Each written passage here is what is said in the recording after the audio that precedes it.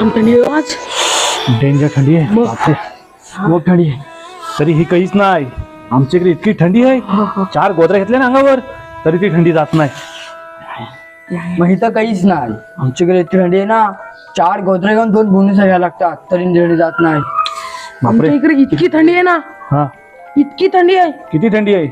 काठी नाकात घातल्यावर कुल्फी तयार.